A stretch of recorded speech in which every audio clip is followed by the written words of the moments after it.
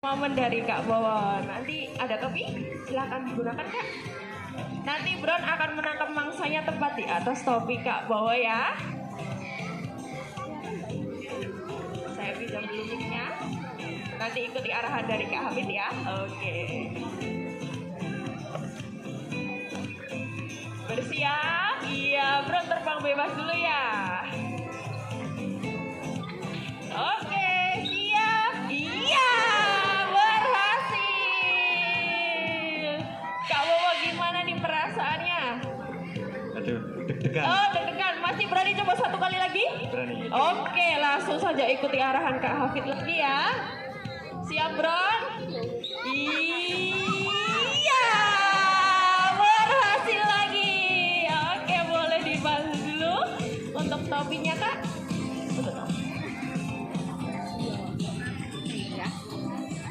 Nah, yang kedua ini gimana?